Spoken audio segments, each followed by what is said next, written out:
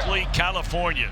Boy, what an incredible venue. The hills and trees surrounding Cal Memorial Stadium, and this one is underway, and we'll bring it out to the 25. The former Ohio State transfer, Kyle McCord. We mentioned the numbers last week. He is on pace to break virtually every single season passing record in Syracuse history. He could break the all-time single season completions record today with 19. This is an offense that's one-dimensional, and usually that's a negative thing, but Syracuse views it as a strength. They have one of the better quarterbacks in the country. They got receivers that they love. They have a running back in LeQuint Allen who can be a factor in the pass game. They want to establish the run, but they got no problem passing it frequently. Well, that's a jumbo package here on first down, and that tells you they're going to run it, and a good run it is. A pickup of close to 12 by Allen. Allen, a guy who a year ago had 7 100-yard rushing games. He was second-team All-ACC and rushed for over 1,000 yards. And I think it's a key point for Syracuse, especially early on in the game, establishing and setting the tone. Getting that run game going, because you know you're going to have the pass game. You know that's going to come alive at some point in this game, but setting the tone for your offensive line is a big deal. Fran Brown, the head man in his first year, 42 years young, out of Camden, New Jersey, a 6-3 record coming off a tough loss last week. And they give it to Allen once more. Allen with 100 fewer rushing attempts this year than he had a year ago.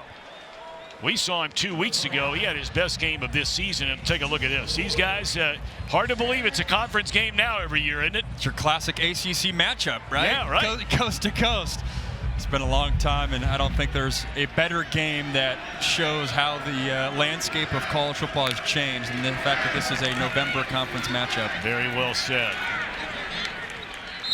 Handoff to Jaydn Hart. Hart's going to lose his red shirt today, and, you know, at the end of the day, Fran Brown's not all that crazy about it, but when you have injuries to Willis, you lost Will Nixon for the year, and Hart is a true freshman out of Michigan City, Indiana. They think he's going to be potentially a great back for the Orange. And they're going to need him. LeQuint Allen got banged up last week. He's healthy, obviously, today, but this is not a backfield that's necessarily a 1-2 running back by committee approach. It's LeQuint Allen, but you need someone to spell him. Hart's that guy. All right, third down figures to be the first throw by McCord. It is, and wide open, and making the catch for a first down is Trebor Pena. That is his 61st reception of the season. What a year he's having. He is leading the ACC in receptions, and especially on third down. Feels like it's Kyle McCord's security blanket out there. Pena's great at winning those one-on-one matchups. You'll see him a lot in the slot, but he's got no problem going to the outside lane and winning on a corner. Empty backfield, first down into Bears territory in the 43-yard line. And they dump it off again to Pena. And a pretty decent pickup inside the 40, down to the 37. There is a penalty flag on the far side of the field. Offside, defense, number 17. 5-yard penalty. Replay first down. That's Shek Fall, outside linebacker. This defense for Cal has been among the very best in the country in multiple categories. This was a defense a year ago that allowed 33 points per game. This year, 19. And in 18 different statistical categories, this defense ranks in the top 11 in the country. I know last year wasn't their best year. It was also a loaded Pac-12 conference in terms of NFL caliber quarterbacks, so that certainly helps. But it's a defense that's played at a high level under Justin Wilcox. Excellent play coming down the line by T.J. Boulders.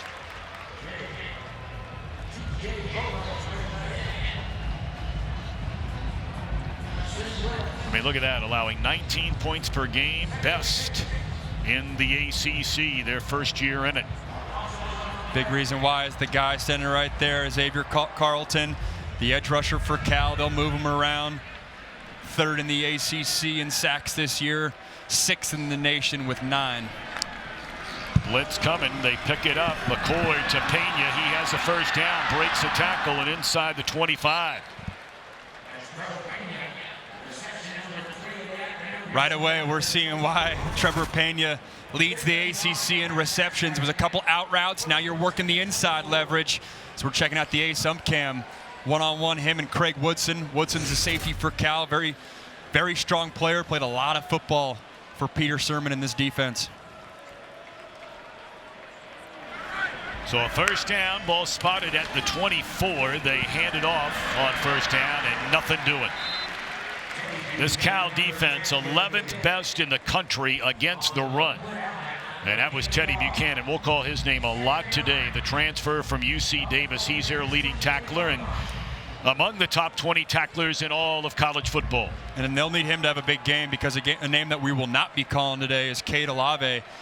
Probably their best defensive player, the other inside linebacker. So Teddy Buchanan's got to step up. We'll see Hunter Barth and Liam Johnson as well. It's a thin inside linebacker unit today.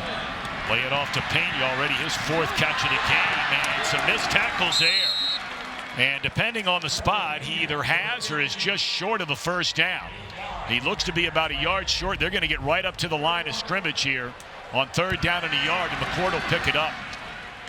Very impressive opening drive here for the Orange. That's great execution, and we've had Syracuse the past couple weeks. That's something they'll do frequently. Wouldn't be surprised if we see that a couple more times this game. 3rd and short, or even sometimes 4th and short. Automatic. They go right up to the line of scrimmage and do that quarterback sneak. A team that's not under center a lot, but when they are, that sneak play is common. Saw the numbers on Pena right there. He was injured in the season opener last year. So he did not even play one full game. And here he's right out of the gate. 4 catches in the game and 64 on the year. Shot down is a tight end. We'll call his name a lot. Oronde Gadsden.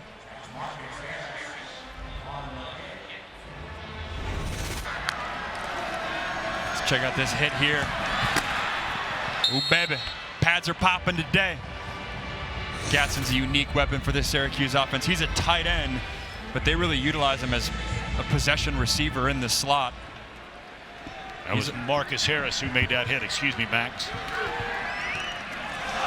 Well, the ball is loose, and McCord able to get on it and just throws it away. Boy, that's a big-time break right there.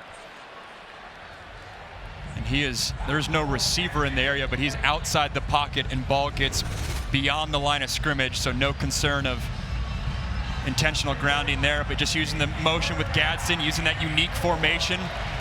Just a miscommunication at this point. Crowd noise isn't a factor. That's just a cadence mishap. See, the opening quarter has not been kind to the Orange here over the last 3 games, trying to get on the board for the first time in a month in the first quarter. McCord tipped as he threw, and it's incomplete. And that was Buchanan who was stalking him towards the sideline. And it looks like the field goal unit will indeed be sent out. So that's a big stop for the Cal Bears. I think McCord was trying to maybe throw this ball away. No one was open. Excellent coverage by Cal. It was an emphasis going into this game is not only can they cover the receivers for Syracuse, but can they get after Kyle McCord? That rep right there was the first time we really saw pressure in this ball game. 24-yard attempt by Jackson Kennedy. They've gone through 3 place kickers this year. Good snap, good hold, and a good kick. So for the first time in 4 weeks, Syracuse actually just starting in the television business when both of those games got going. Oh, man. And still crushing it. Oh, still crushing it is right. Was a 5-year-old Tom Brenneman watching ball on Saturdays? I can assure you I wasn't watching Syracuse and Cal. I mean, living in North Carolina, you know, you were watching, you know, the Tar Heels or the Wolfpack or somebody like that. That's a smart play right there. Or is it? Wait a minute now, there's some discrepancy. Did he pick that ball up and then step out of bounds? He did. And so not so good. Free kick out of bounds, kicking team. First down at the 35-yard line, Cal. Okay, they got it right. Yeah, your initial reaction was spot on. Make sure you do your groin exercises right there. Man, he's stretching out. God, that hurts just seeing that. It's a savvy play, though. It really is. Get the advantage of 10 yards if it was a touchback, but, you know, where he was out of bounds, that's a good 20-yard gain, 20-yard difference right there, 25-yard difference. Really smart. That's Noel Williams, who leads the country in interceptions this year with 7 of them. So now we see Mendoza, and on first down, he's going to throw it. Wow. I mean, tight coverage. And Brady hangs on up to the 40-yard line, a gain of 5 on first down. That was a contested catch, and Fernando Mendoza's really settled in as the starter for Cal. I mean, Cal under Justin Wilcox, I alluded it in the open. They had some good years there with Chase Garbers, but the quarterback positions very much been up and down and inconsistent for Cal. But Mendoza now in year 2 as a starter, finished last year starting 6 games, has really settled in as the guy. Matthews trying to dance around some tacklers, and excellent defense by the Orange. That'll be a 1-yard loss, so it brings up 3rd down and 5. Trevor Scales. Yeah, just adding on to that Mendoza conversation surrounding what he brings to this program from a composure standpoint. He had to learn how to settle his own nerves. A lot of times he would get himself out of sorts, entirely too riled up, to the point where Coach Wilcox had to step in and allow him the space to do some breathing exercises and other things to self-coach him into being a little more settled in to take on this role. 3rd down, patient there. And the completion is made, and that's a 1st down into Orange territory. And that's Jaydn. He was a preseason first-team All-American who's been injured almost this entire year. He's a special player. As we look at the ace cam, you're seeing how they're going to get Jaydn the football. It doesn't necessarily have to be with him lined up in the backfield. He can be a weapon in the receiving game as well. Both these backs today are great out the backfield. That is Ott. You know, last year, you look at his numbers. First team all Pac-12, a league best 1,315 yards. He had 15 total touchdowns, but then, you know, right before the season opener, he got hurt. He's missed 3 full games, really never been 100% for any game. And so, you know, a lot of people thought he might be able to go to the NFL at the end of this season. Probably back another year next year. Without a doubt. He's been doing it for Cal since he's been a true freshman. Now in his true junior year, a lot of production out of him. Now Mendoza can run. There's a penalty flag down. There may have been a tackle in the backfield by the center, Will McDonald. I think they got him. Holding, offense, number 66. Yep. 10-yard penalty, replay 2nd down.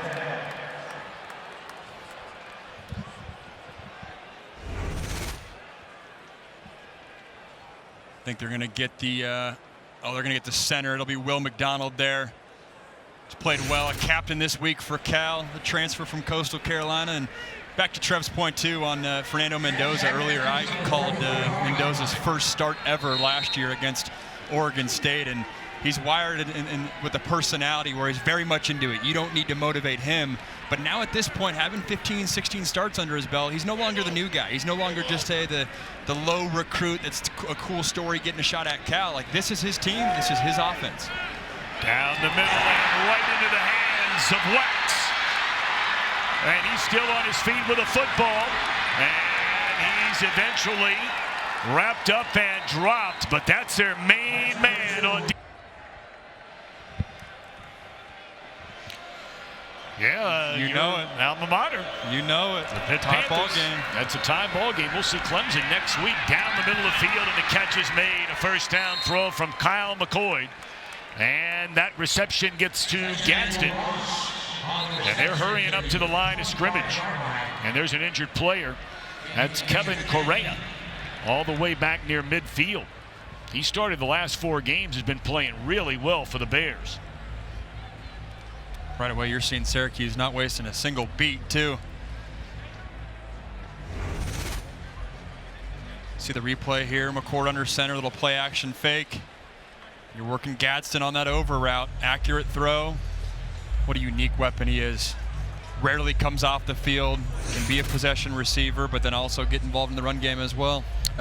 You know, resume to do it with for SMU. If you were to somehow, you know, drop to Miami in the ACC championship game and you're a 2-loss team with both your losses coming against opponents that are in the playoff themselves, it'll be interesting down the stretch.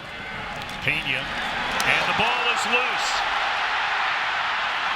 And look at the big fella, John Ray Reed from Houston, Texas. I mean, in a full-out sprint to cover up that bad boy. That ball was hanging on the field for a long time. Good pursuit by this Cal defense.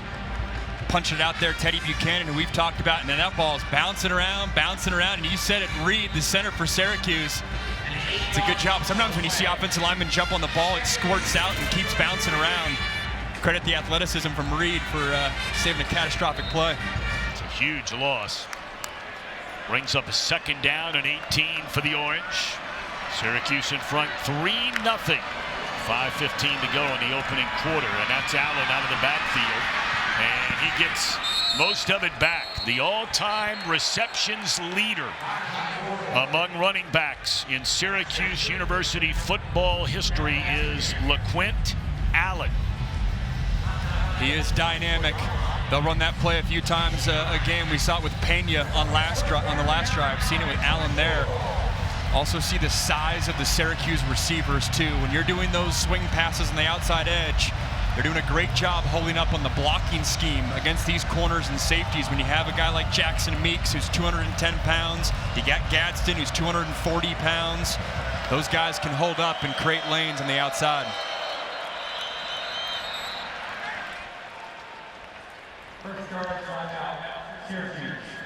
Tony Gonzalez. That he holds all the records for a tight end in the history of the National Football League. Here's McCord throwing it towards the corner of the end zone, and it's broken up. That is Harris on the coverage. Excellent play defensively. And there's a penalty flag in the backfield. This is going to be holding against Syracuse. With this hold and then the botched fumble earlier, now you're flirting being outside of field goal range as well. Syracuse used a motion. Kyle McCord recognized it was man-to-man coverage when that corner. Harris travels with Pena. He's got his one-on-one matchup. Ball probably should have been thrown with a little bit more air on the back pylon. Personal foul, face mask, offense, number 79. Penalties decline. 4th down. We're going to see on the left side of the screen here. Yep, it's on Xavier Carlton, the rusher for Cal. He gets the face mask from left tackle for Syracuse. It's an offensive line that's going to rotate 8 or 9 guys in, which is unique. Usually teams stick with their core 5. Syracuse feels good about the different guys that can rotate in. All right, so the penalty is declined, which brings up 4th down for Jackson Kennedy. And this will be a 42-yard field goal try. And I tell you, with all the problems Syracuse has had in the kicking game this year, so far so good today for Kennedy. It's good stuff. So 4:19 to go here in the opening quarter. Want to remind you, next running under 3 minutes left. Pitt getting very close to field goal range and trying to knock off and quite honestly knock out Clemson. For all intents and purposes, could still make the ACC championship game, but a spot in the college football playoff very much on the line for the Clemson Tigers. Here's Noel Williams, 3 yards out of his own end zone, and that's going to pay off for him as he crosses a 30. Well done by Noel Williams. What a year he's having. Mainly committed to Yale and then flipped to Cal. Took a redshirt year in 22, then last year his first start came in week 6. He wound up starting the rest of the year and led the Bears to the Independence Bowl. 1st down carry. And a good one up across the 42-yard line, and that's hot. It's a good sign for Cal fans, getting Jaydn involved early as we look at the ace cam. It's a run right up the middle. Good job setting up those blockers in the A-gap. Message for Jaydn Ott, and the run game struggled this year, is take your singles, take your 4 or 5 yard runs and be happy with it. Look at that throw and look at that defensive play. Are you kidding me? That is the freshman Jaivian Kerr. What a play he made to go up and get it, and that's already 2 interceptions thrown in the game today. We've had Syracuse 3 weeks in a row, and every single week we talk with the coaches. Kerr's ball skills come out.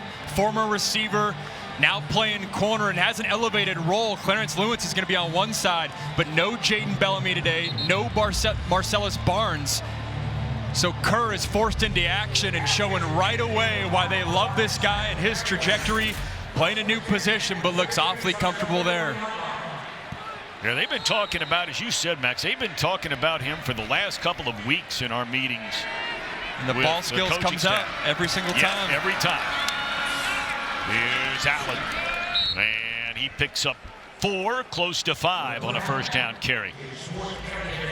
if you're Syracuse, you really got to like the way that this game started. Yes, you've only got 2 field goals, which, hey, that was similar to BC last week, because you didn't convert when you had momentum early on in the ball game. But offensively, Kyle McCord's gotten rhythm. You've got your different playmakers involved.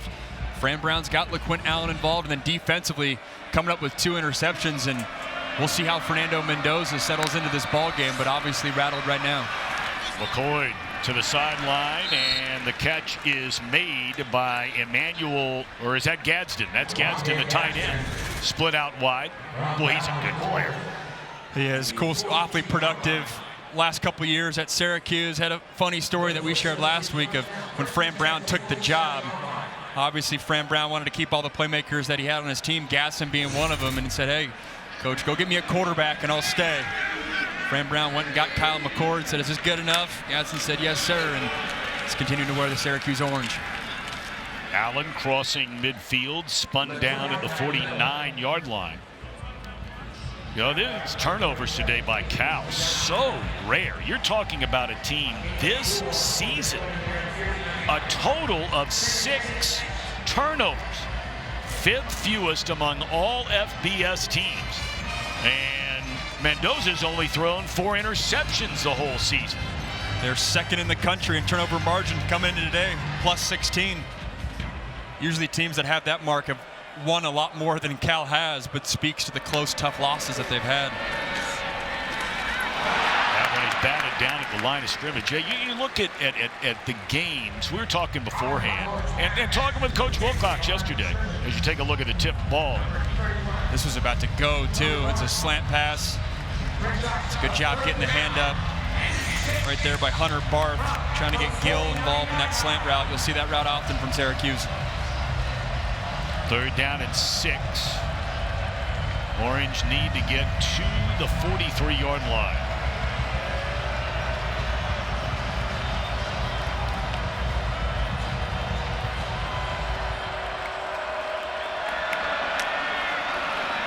Only a 3-man rush. Thread the needle short of a first down by a couple of yards is Pena. Do you think about going for it here? 4th down and 2. It looks like the offense is staying out there. I think you have to, and you're seeing right away. We talked with Peter Sirmon, Cal's defensive coordinator, yesterday. When you're playing a quarterback like Kyle McCord, you got to switch up the picture on him.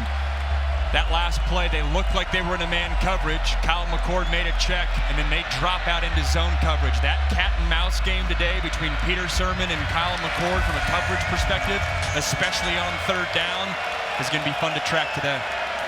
Valari, the backup tight end, sometimes ball carrier, checks in.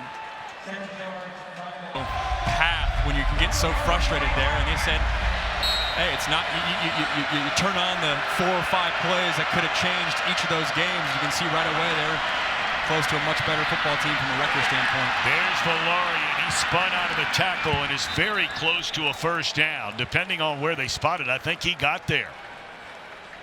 Boy, that should have been a play that denied him on 4th down defensively for Cal, but it's not.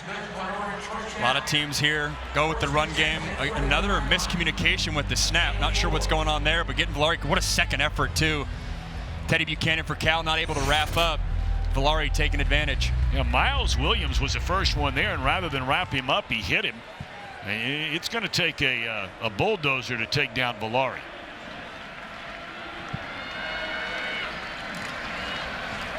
Play action. McCord steps up, throws into tight coverage. 2nd down and 10. Boy, it's first time for me out here. I know you've been here before. It's a great setting. You're going to see Kyle McCord.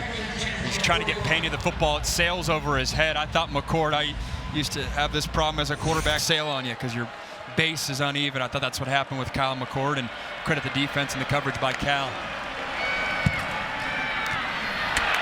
Another batted ball right there at the line of scrimmage. Soloway McKenzie. Working that defensive tackle spot. Soloway McKenzie getting the mid up. It's a great job timing that one. That's 2 for today, especially with the Syracuse offensive attack that's going to use a lot of RPOs, run pass options, where Kyle McCord's reading the safeties and the linebackers. If the defense can get their hands up and impact things, it's an added bonus. All righty, so a timeout on this 3rd and 10 taken by Cal. You know, we were talking about getting out here. What an incredibly beautiful setting this is at Cal Memorial Stadium. I mean, Berkeley's such a cool town. 3-man rush all day to throw is McCord, and now he'll run to his left, and we know he can run. But he's chopped down short of the first down here. Now they went for it 4th down a moment ago. First, when it's just a matter of a subjective couple inches there. 4th down and a foot.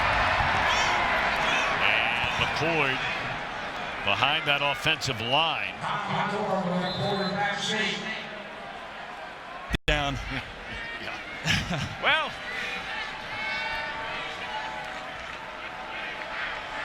I can mess up math with the best of them, so I'm not going to say there's no such thing as 15. There's a handoff to Allen. It's been known to happen every now and again. And he picks up a yard, 2nd down and 9. Boy, Pitt has let one get away, unless it can come up with a miracle. They did not use enough time near the end of the game, kick a field goal to take the lead. And then about 5 missed tackles on a 50-yard run by quarterback Cade Klubnik.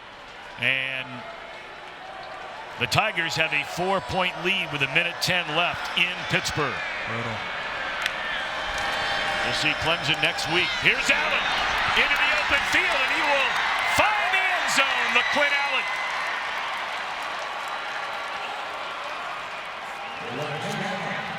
That is his 10th rushing touchdown of this season. 30 yards on the carry. And a point after away from a 13-zip lead. They don't go to the run game often, but when they do, and there's a crease like this, and you have an explosive weapon like LeQuint Allen, who goes untouched, that's a problem for the Cal defense, and well executed by the offensive line, the tight ends. The receiver blocking's really shown out today, and LeQuint Allen getting in for a touchdown. Boy, he is such an Oakland, California, across the San Francisco Bay to San Francisco, California. Roll right out onto the Pacific Ocean. Great weather, a little on the cool side for up here this time of year, but man, has it been nice. As long as it's dry this time of year, I don't even have my puffer jacket on, I'm good to go. This drive's all about settling down Fernando Mendoza, though. 2 interceptions so far, and when I was a QB and a DB or a corner comes up with a great pick like that, it almost, kind of make me mad a little bit. And rather than being anxious or gun shy or anything, it's, hey, let's attack it. Let's go allow our receivers to make a play on the outside. Mendoza double pumps, and he is level. And I mean leveled right now. He never had a chance to cut that one loose. Fadil Diggs, what a good year he's having. He is their edge rusher guy. You can see athleticism too. It's Mendoza, not sure if he's going to run, if he's going to pass, throw inside, throw outside. At the end of the day, that hesitation gets you hit. Mendoza's a big guy. He's a tough guy. That one's going to hurt. Well, Justin Wilcox told us he really wanted his team to establish a run game here so far today, and they just continue to put it up. So, run it this time and into the open field is Jaivian Thomas. 30, 20, there's a run game, Doctor.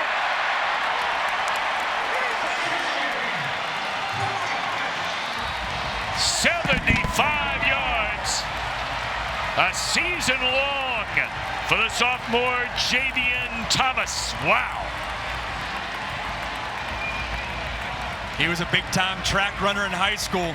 Seeing the speed on full display right there. Get him to the second level, and he is gone.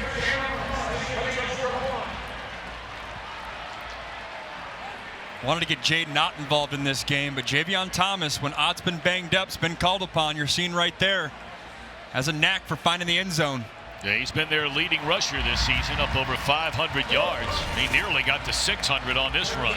We look at the ace cam. Thomas is going to quickly get up on the second level, and then it's just an incorrect fill by Deuce Chestnut, the safety there. He works towards his right side A gap. Thomas goes to the defense's left side A gap, and he's gone. We saw the gap. For Syracuse, orange already there for the third straight year. First time that has happened since the mid-1990s. That was back when they had Donovan McNabb hanging around. Gunslinger.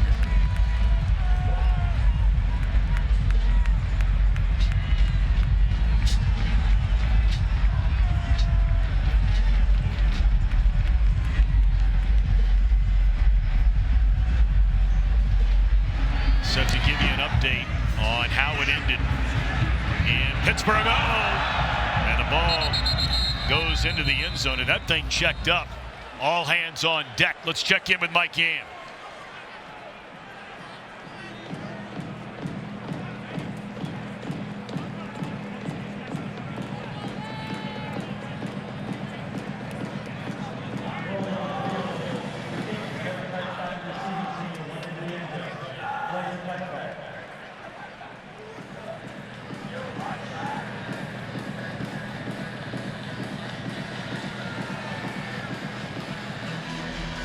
Boy, I mean, just a complete meltdown at the end of that game by the Panthers. And that's the final ACC game of the year we showed you a little while ago for Clemson. We'll be down there next weekend. They step out of conference against an FCS school in the Citadel. And then the final game of the year for Clemson.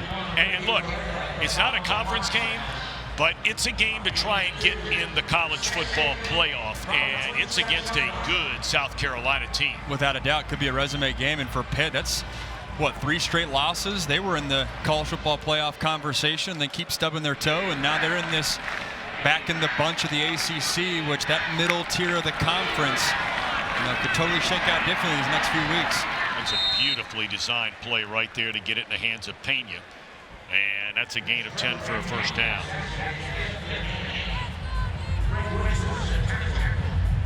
The drive before it was interesting. You saw Peter Sermon elect to put Noel Williams, their best corner, travel with Pena even when he's in the slot. Keep an eye out on that.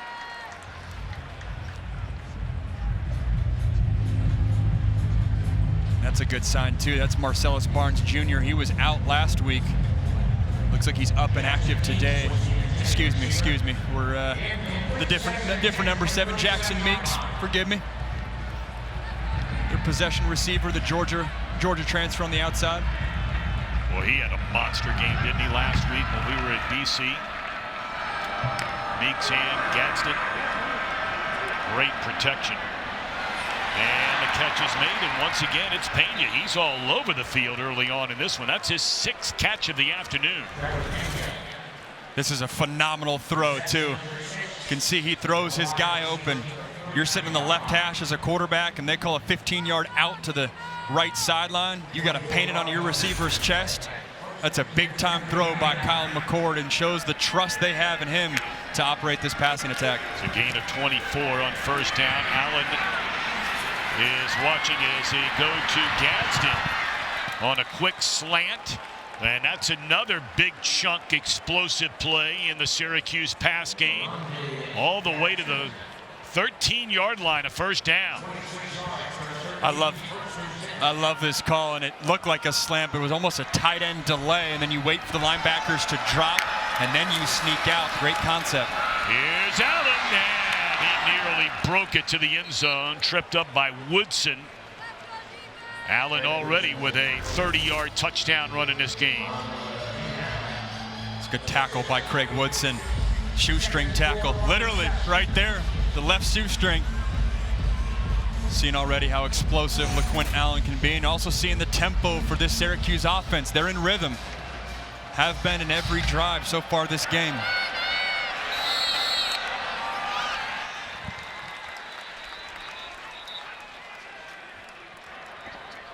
Offense, number 89. 5-yard penalty. Second down. That's a backup tight end, Villari. Already. McCord throws towards the corner. Is that a reception by Pena? Did he get a foot down? Wow. Inside the 1-yard line. You talk about trust. This is putting it where only your guy can do it. It's a back shoulder with Craig Woodson, the safety for Cal, looking at Kyle the whole time. Allen tried to jump over the pile, and he was thrown backwards. That'll be a loss. Woodson, the first one there to meet him. Fran Brown was giving Villari an earful, but I wouldn't be surprised if they put him back on the field in this area. Love some of the Wildcat action. Well, he's back. Yep. He's back in there. Let's see if he gets up under center. Or is he going to line up in the I formation? Yep. He's the lead blocker there for Allen. And they pitch it to Allen. And he breaks a tackle. Good move by Allen. And he's in for his second rushing touchdown of the afternoon. Boy, the Orange, they've got it going here today offensively.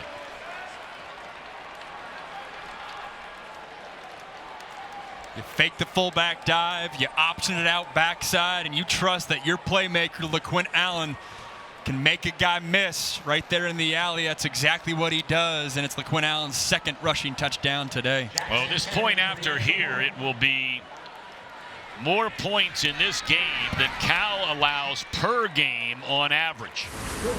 And the most points given up in an opening half by the Bears D this season. 27, Syracuse. They're doing it for breakfast, lunch, and dinner. That's exactly right. Well, let's send it back to our studios in Mike Ham.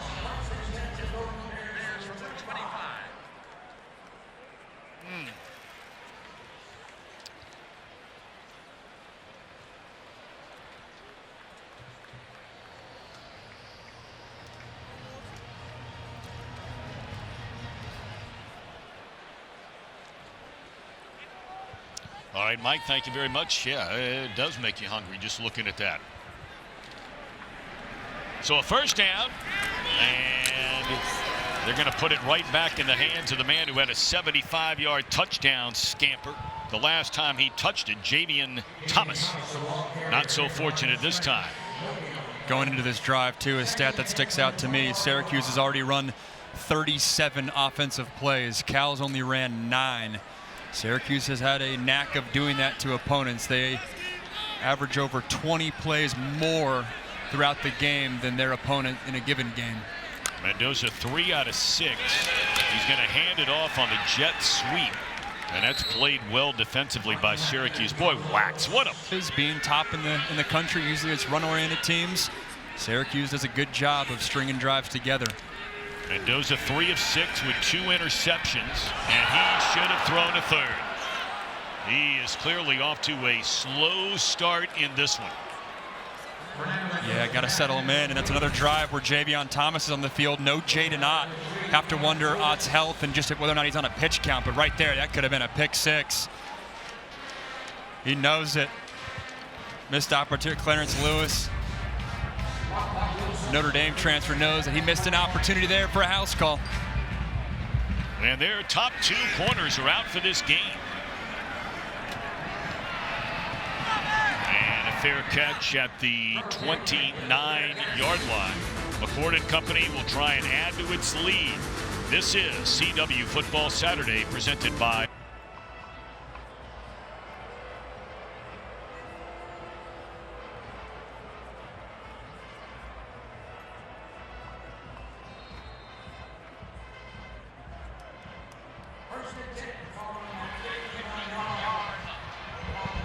Mike, thank you very much. Bottom line is, and this is all you need to know, if this SMU ends up with 1 loss, and right now SMU doesn't have a single loss in the Atlantic Coast Conference. We told you that Clemson, its conference season is over at 7-1. If Miami wins its final 2 conference games to also finish at 7-1, the Hurricanes would own the tiebreak. So Miami would play SMU in the ACC championship game.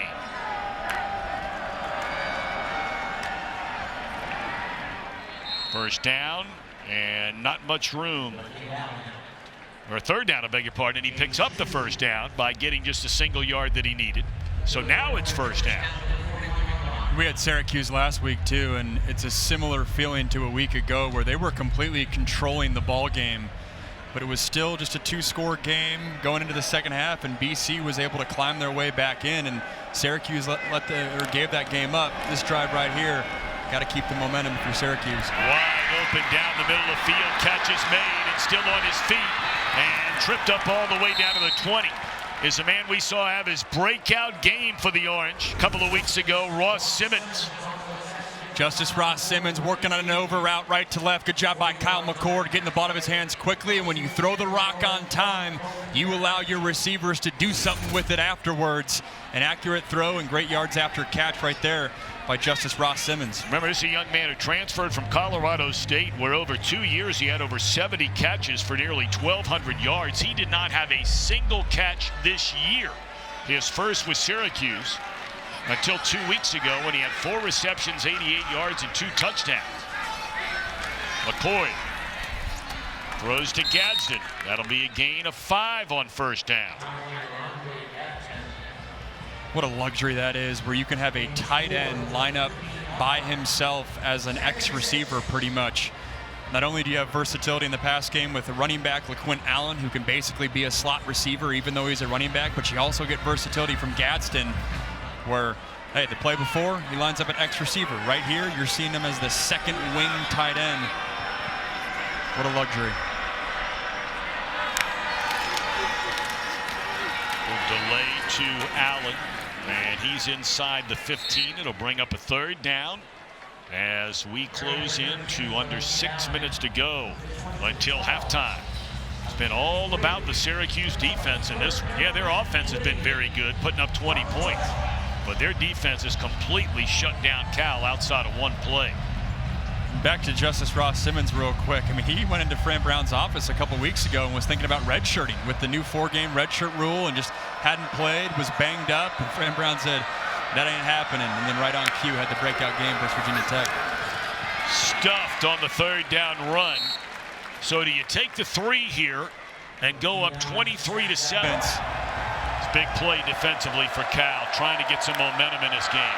They're trying to drive off sides. Yep, and they were saying that the center move, they're screaming Cal that there was movement along that offensive line. And now Justin Wilcox is going to spend a timeout before this 4th down. Cal showing pressure from the field, the bottom of your screen. Syracuse looking back, wonder if they changed the play. I was going to say, they were looking for Meeks from the time they snapped the football, and that is a reception. They convert on 4th down, and it's 1st and goal for the Orange. Boyce Meeks a talented player, too. This is just good on good. A little 5-yard out route. It's one-on-one versus Noel Williams. That's a good corner right there. That dude keeps playing the way he's playing. He might be an All-American when it's all said and done. That's saying something. Great route by Jackson Meeks. But how can you be playing that soft on 4th down and 3? Shows the threat that they think they have vertically. I mean, golly day, I know you're concerned about the touchdown, but 4th down and 3. And you're sitting 5, 6, 7 yards off the line of scrimmage. McCord throws to Meeks, and he spins his way, took a heavy hit, and still comes up with a touchdown. Jamal Meeks, the Georgia transfer, picks up his 5th receiving touchdown of the year. And what a half for the Orange. You can see Kyle McCord getting through his progressions and then just rips one to the sideline. Meeks makes a guy miss, uses a spin move to make the 3rd guy miss. Takes that hit right there, but it don't matter. He's in the end zone. That's McCullough. Bam. But he had already broken the plane. And so the point after now by Kennedy. It is good. Syracuse with 27 first-half points, and we still have a little more than 4 minutes left in the second quarter. Trevor, what in the world's going on down there? It's just feels like he's got the energy to do it, being a Northeast guy. Oh, Bobble, he stepped out onto the playing field, so he's got to now return it. Oh, boy. How about that from Jaydn Ott? Big mental mistake there. Yeah, we've talked about Jaydn Ott, just misses the catch there, and then at that point you're kind of in no man's land. His left foot's out, so he left the end zone, can't come back in. You have to wonder, too, for a guy like Jaydn, who was so explosive a year ago, it just hasn't unfolded that way this year, that when he does get his rare opportunities, I wonder if in the back of his mind, it's, hey, I got to make the most of every single opportunity I get. I don't know how many home run shots I'm going to get, and maybe that leads to more mistakes. It stays on the field on first down, and they put it in his hands. And he's stuffed up right at the line of scrimmage. Syracuse thinking about getting the ball back. And will spend a timeout.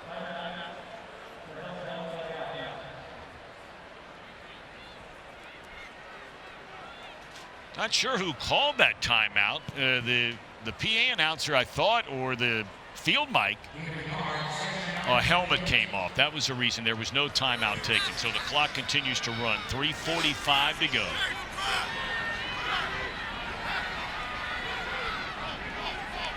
A second down and 9. Down the sideline, back shoulder throw. What a catch. Made by Isaiah Hunter. 30th catch of the year for him, first today.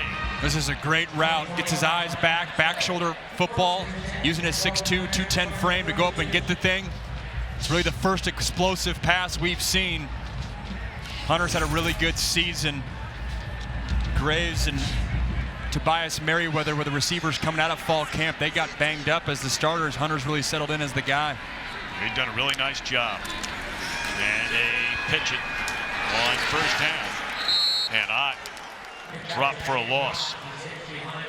Solid play by Justin Barron. He's all over the field, closing in on 270 career tackles. He was a high school wide receiver. They moved him to defensive back at the end of last year. And then in week 2 this year said, hey, man, we need you at linebacker. He's done it all. And they needed him there because of Marlowe Wax, who we highlighted in this game. He was banged up. So now you have Wax back and then Barron playing at a high level. That's a good inside linebacker unit for Syracuse. Mendoza fires down the middle of the field, and the catch is made. First time we've called the name of their leading receiver, Jack Endries, his 40th catch of this season. It's a good job by Mendoza, using the pump fake, looks right, gets the defense to shift that way, and then works his tight end on an over route. Blitz coming, Mendoza can run and cannot escape Wax. 2 guys miss, takes a hit. Takes a touchdown as well.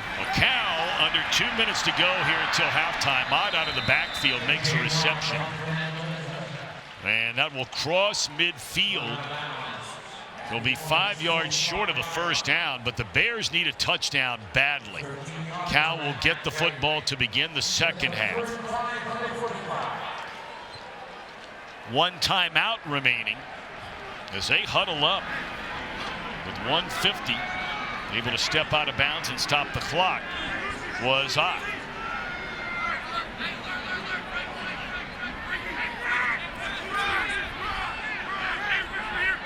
We have not called the name Merriweather today. He had the long-awaited debut. Nor have we called that young man's name only but one time, Isaiah Hunter, the reception. You know, Merriweather was the guy who transferred over from Notre Dame. Big dude and can run like the wind. 6'5", 195-pounder. His first game last week. He had 6 catches for over 50 yards and a touchdown. And then the other guy that we were talking about earlier, that Justin Wilcox told us, said their best 2 receivers were Merriweather and Keon Graves, who transferred from Ohio State. But both of them got hurt before the first game of the year at the end of summer camp. And both returned to play for the first time all year last week. Spun down and able to get out of bounds is Ott. That was a big third down pickup, too. That was close, and they gave it to him. You move the sticks. Now the mindset for Cal has to be, hey, let's have this be the last drive of the first half. Don't allow Syracuse to get the ball back and get momentum. You can see Cal, though, trying to get Jaydn not touches. Right there is a little swing pass, but credit Syracuse. They've tackled well today.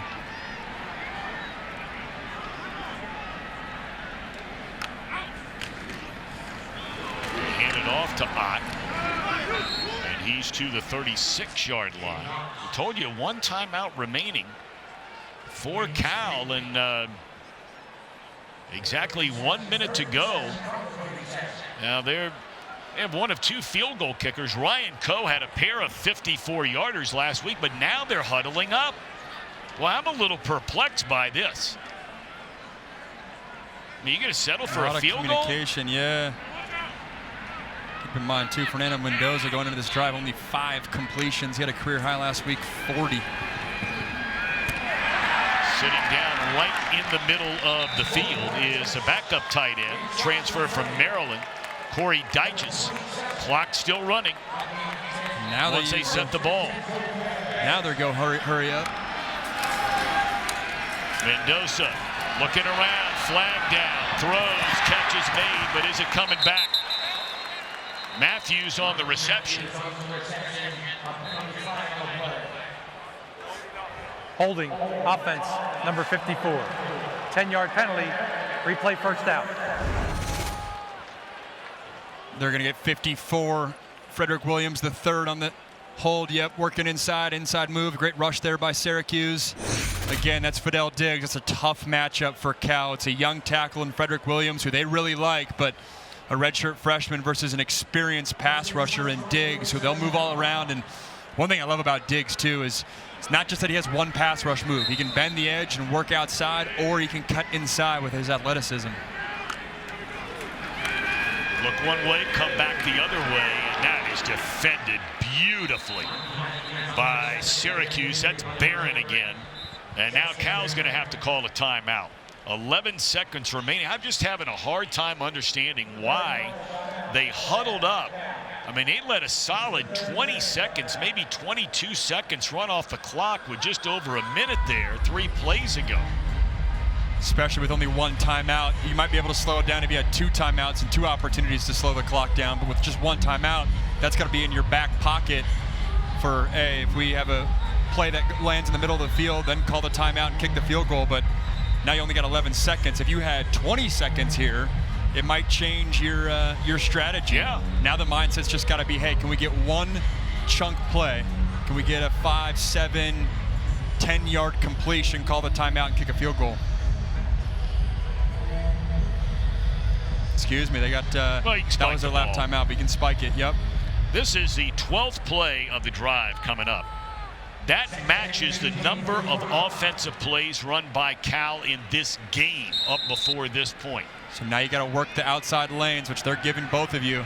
Both outside lanes, a little easy completion to get out of bounds. All right, so Mendoza looking, now just throws it away. And now you have 6 seconds left. You're going to have to send out the field goal kicker. I mean, it's impossible to believe, is it, that you'd be able to get another offensive play in? And that's too bad. I thought he had Tobias Merriweather to the bottom of the screen. He just didn't give him a shot to complete the route. Speaks to the pressure that Syracuse has been giving Fernando Mendoza. Start speeding up your reads a little bit. Man, they're gonna get a playoff, and that's a good one, and that's enough time. So well done there as they get the tight end entries, and out comes the field goal unit. We'll see which one of the 2 they send out. They've split duties there. Ryan Coe, who they bring in for the long ones. And then 99, who's out there now, Derek Morris. He is hit on 10 of 11. He had 5 field goals in the win over Oregon State a couple of weeks ago. This one from 47 yards, and it's not going to get there. So rather than bringing on the big from the Syracuse offense,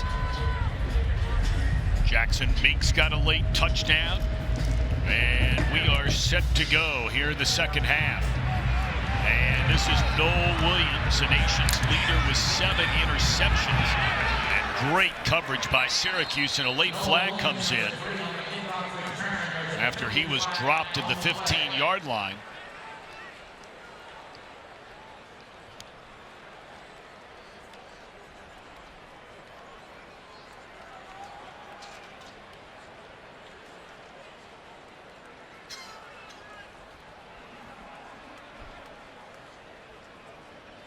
During a return, holding number 9, receiving team. Half the distance to the goal, first down. In the second half. Well, some of the leaders, you see Thomas had the 75-yard touchdown on the carry. That reception made by Hunter, and that's enough for a first down. So you got to start somewhere. You know, walk before you run, right? Yep, and you got to start by settling Mendoza down, too. He started the game 3 for 7 with those 2 interceptions, obviously rattled since then. That pass will make him 9 for his last 10. Dancing around looking for a hole, none there. Going into the game, that was a big emphasis, too. Get this offensive line going. It's an offensive line that's struggled in the run game. Ott hasn't had that big game or the productive year like we've talked about. But because you got down in this ball game, you haven't been really able to establish the run game, and you find yourself down multiple scores. Hard to have that still be your mentality.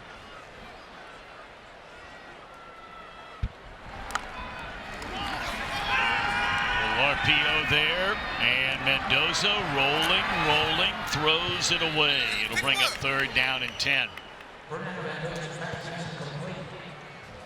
This is just phenomenal coverage all around by Syracuse's secondary. Seeing 3 receivers in the concept, there is nowhere to go. In the hip pocket of all those receivers, Mendoza's flushing out, trying to make something happen, but there is no one open. So a 3rd down and 10. You see the Bears 3 out of 5 on 3rd down. 2 of those coming on that final drive where they failed to convert on a field goal just before the end of the half. Mendoza steps into the throw, and the catch is made, and that will move the chains. Endries, a tight end, able to haul it in. It's a good job. It's a similar route to when Mendoza threw his first pick, and Marlowe Wax was right there. This time Endries does a little second move right there at the top of his route, gets open, and it's a completion. Long throw there, and the catch made by Jonathan Brady, and he's tackled just short of the 40, or right at the 40.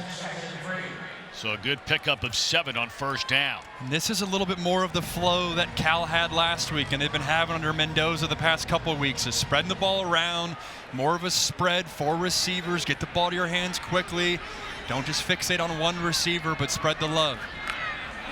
Opening drive of this second half, and dropped in the backfield is Ott. And the first one there to meet him, Omopariola, who's done some nice things as a redshirt freshman for the Orange this year. Without a doubt, reacting quick, too. No one accounts for him at that. Really lined up in that, like, will linebacker spot backside. Jets through, and again, tough sledding for Jaydn. Not the creases there to pick up a big run play. Omopariola had a couple of tackles for a loss, couple of sacks. The game we saw 2 weeks ago at home against Virginia Tech.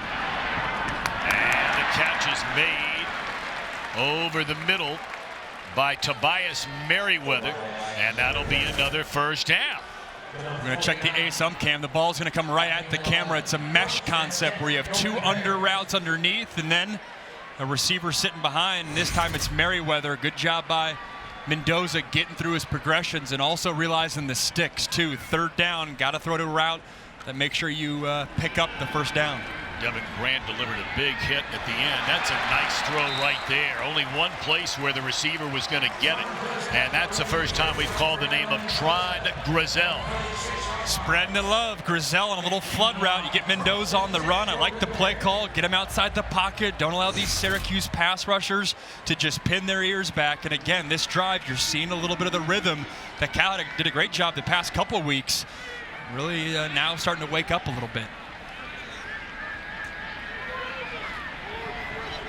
Well, Justin Wilcox really challenging this offensive line to play better football. And sacked, and that's not going to make him happy, as that's Devin Grant who comes off the edge to get the sack on Mendoza, I beg your pardon. I mean, this has been a rough group. You know, the 6 different starting lineups in their 9 games. And that's just Devin Grant getting after a poor running back, Jaivian Thomas.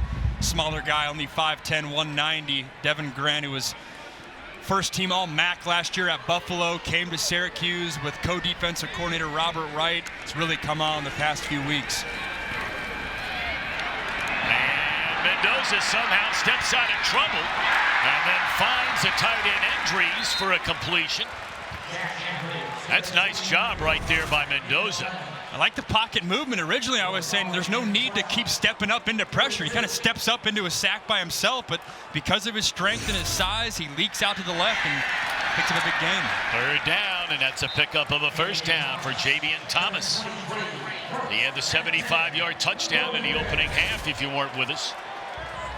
See the ace cam, little inside handoff. Crease opens there. Big first down pickup on the third down. Take the run and throw to the far side. Again, it's Jonathan Brady, who's had to step up after the injuries we talked about earlier to Merriweather and Grays just prior to the start of the year. And it's been a nice job out of the slot for Brady. And this right here has been a big emphasis for Cal as well. We talked about establishing the run game, which they're still working to do, but the red zone. It's an offense that has a tendency to stall once they get into the red zone, whether it's penalties or just mishaps from a procedural standpoint. Had good rhythm so far this drive. Got to continue that in the red zone if you're a Cal fan. And around, they pitch it to Brady. And he's inside the 15-yard line down to the 14. And he's going to be about a half a yard short of a first down. Seeing the difference there on third downs, the ability to stay on the field. 3 for 3 this drive. And into the end zone. That'll be a touchdown for Jaydn. So that's a really good start for the Cal Bears on this opening possession of the second half. Coming out trailing by 20 points. We were talking about Jaydn not needing to find that crease. He got it there. It's a good job by the right side of the offensive line. TJ Sessions and Frederick Williams III paving the way for their best offensive player to get a touchdown. Now Derek Morris for the point after, and it is good. So all of a sudden, 7 points closer. Exactly what they wanted to do coming into the second half. Get your best player involved. It's 27-14. You're watching CW Football Saturday, presented by Verizon. Cal back in November of 1982. The band is on the field. What call? That was unbelievable. Recognized as one of the most memorable plays in the history of college football, and for that matter, in all of American sports. Nice return. Opening possession here in the second half for Syracuse. The Orange were unstoppable in the opening half, and let's go to Mike Ham in our studios.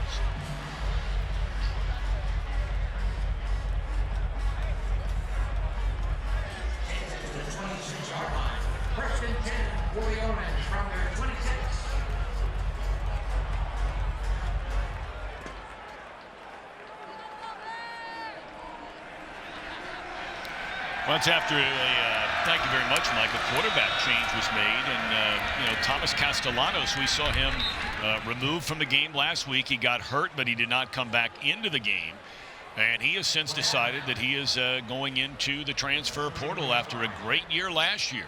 A big schematic shift for him. More of a running quarterback a year ago, and obviously as an athlete, than this year gets in a Bill O'Brien offense that's much more pro style. Wasn't able to blend it together.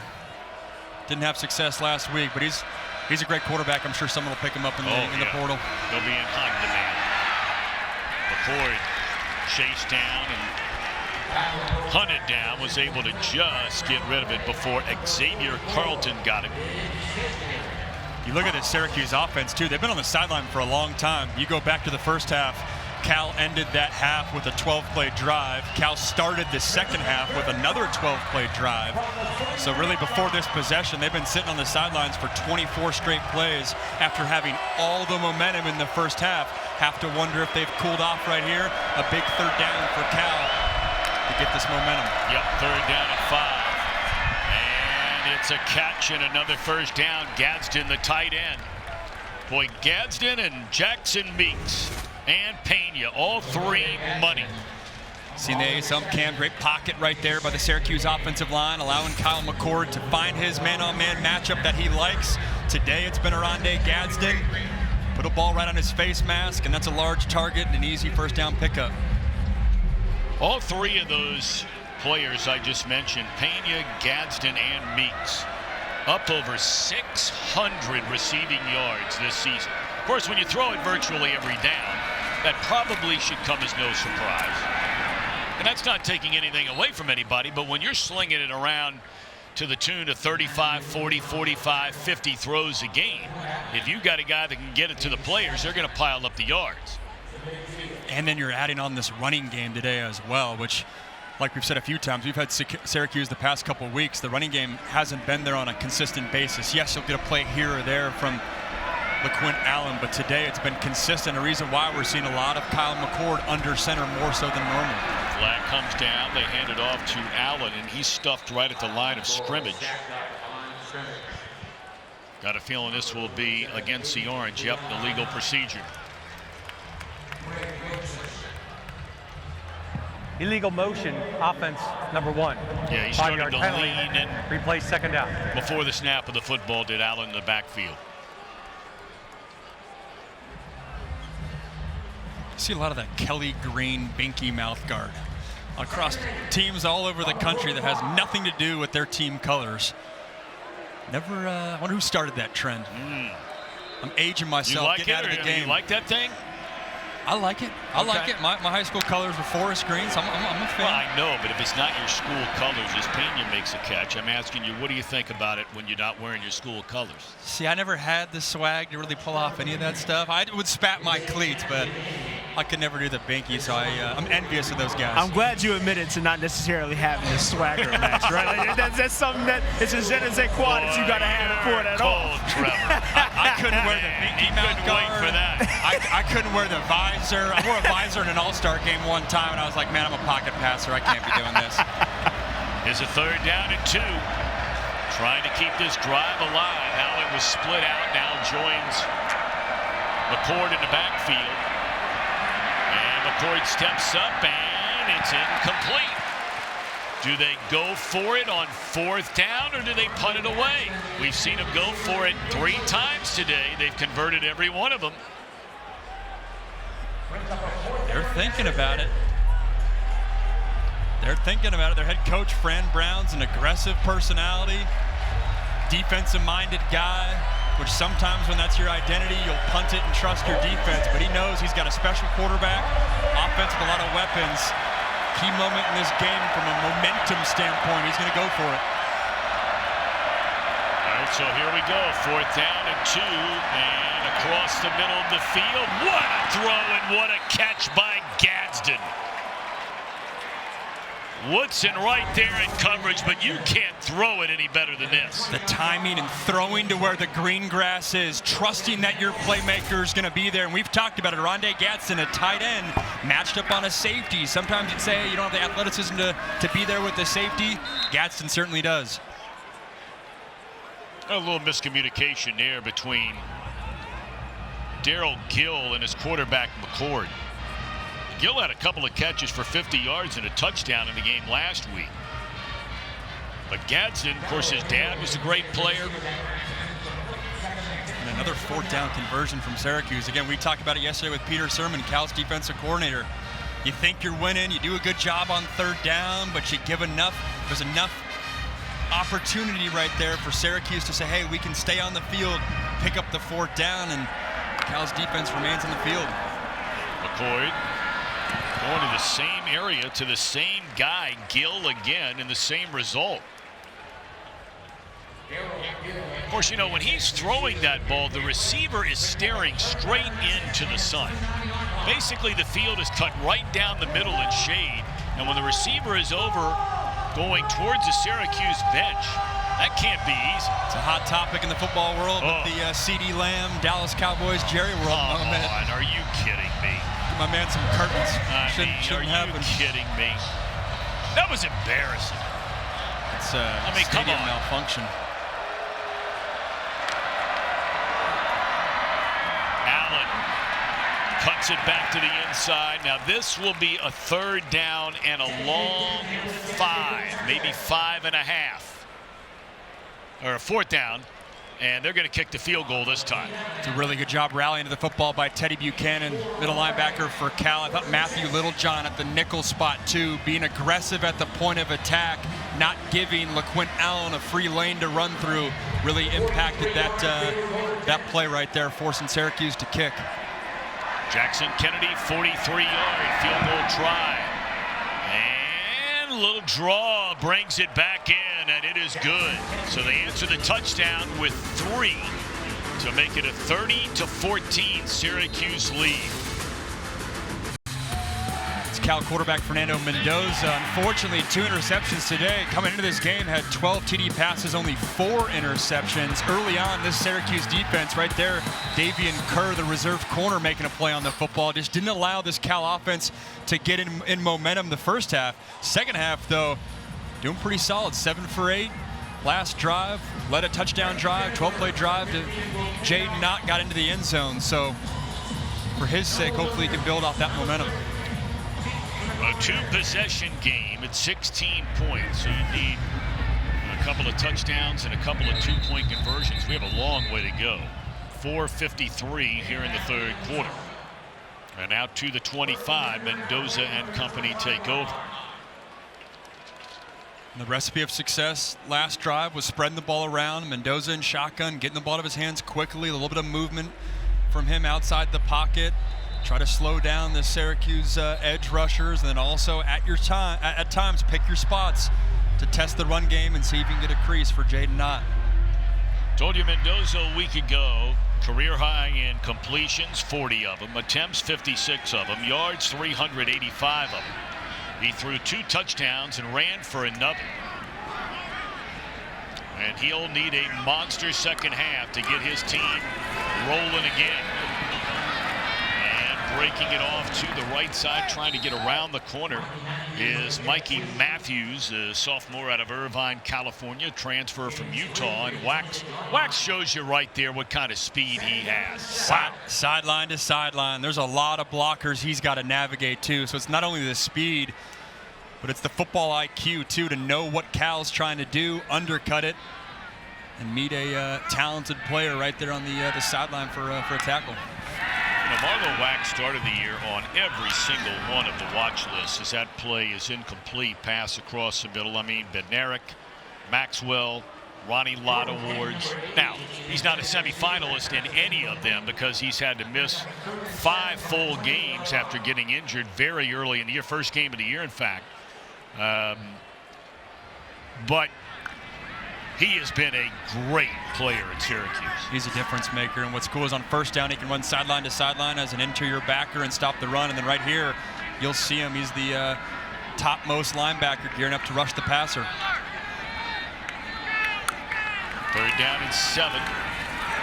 And a long throw, and unable to get there is Grizel. So Cal needing to get something going.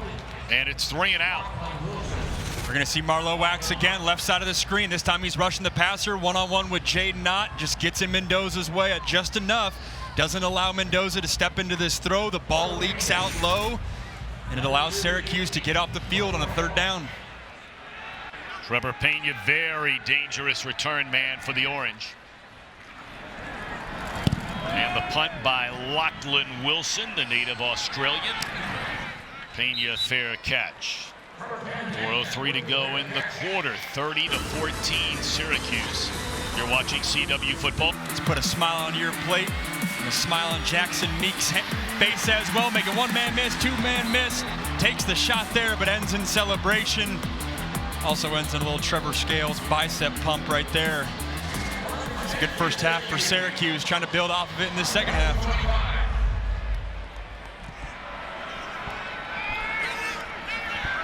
All right, so, this is a kind of drive here, even though we have over a full quarter plus to go, where Syracuse can find a way to make this a 3-possession game. Ball start, offense, and that's 74. Not the way you want to start. 15 carries for 88 yards.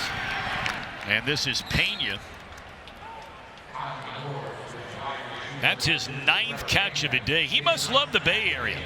I mean, Pena has another year of eligibility left, but Against Stanford out here earlier this season, he had 10 catches for 101 yards. His next catch will be his 10th catch of this game. He's getting it done.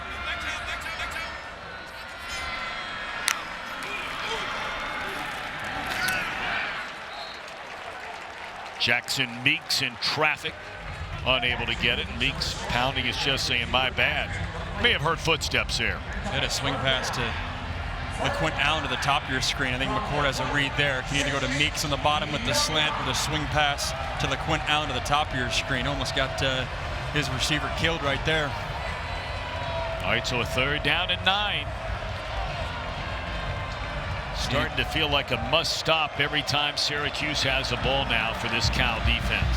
Yeah, we just showed right there, Xavier Carlton. He's their pass rush specialist. See if he can come up with something big. McCord steps into the throw, right on the money. And short of a 1st down.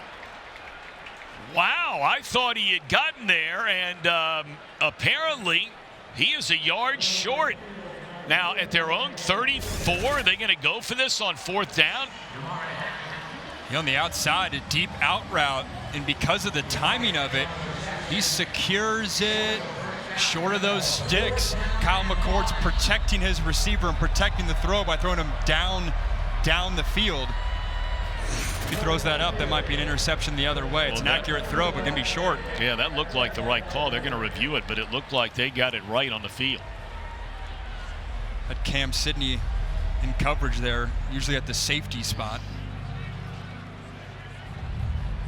One point that I thought was fascinating too, talking with Peter Sermon, Cal's defensive coordinator yesterday, he made the point that they had a huge philosophical change defensively, Cal did, after last season, because last year with how loaded the Pac-12 was from a quarterback standpoint, you had Michael Penix, Bo Nix, you had Cam Ward, Shadur Sanders, Caleb Williams, 5 guys that when we fast forward 2 years might be starting in the National Football League. He said, hey, schematically in years past, we could just play straight up and we didn't have to, be gimmicky or anything like that.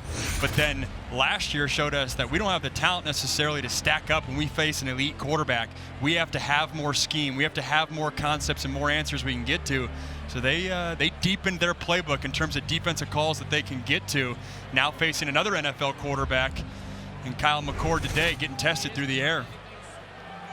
A lot of times you see this on Forward Progress, and Mike Mothershed, this might be one of those, where he's not going to get that, and his momentum taking him back towards the sideline. And Mike, it looks like he didn't get there. What do you think?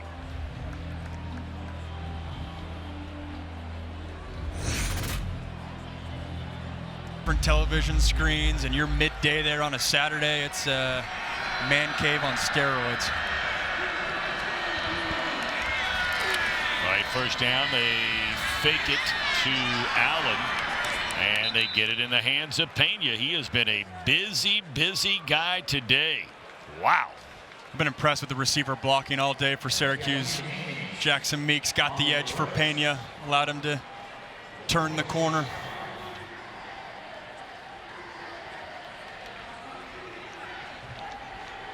Clock running, under 2:30 now here in the 3rd quarter. Syracuse with a 16-point lead.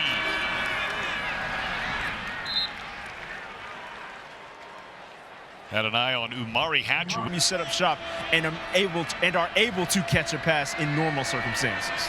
And Syracuse has done a lot of these deep out routes that are starting in the sun and ending in the shade, starting in the shade, ending in the sun. It's got to be tough to track. Well, they were able to complete it that time to Jackson Meeks. Meeks has Georgia receiver room, never really had a big role. Comes up here with Fran Brown when Fran Brown last year was the DB's coach at Georgia, obviously now the head coach, and he's really been a big-time weapon for Syracuse. Pena with another reception, and he's down inside the 35 to the 30-yard line, and for Pena, that is his 10th catch of the game, which ties a career high, which we mentioned was set earlier this year here in Northern California, down the trail in Palo Alto, when he had 10 catches against Stanford.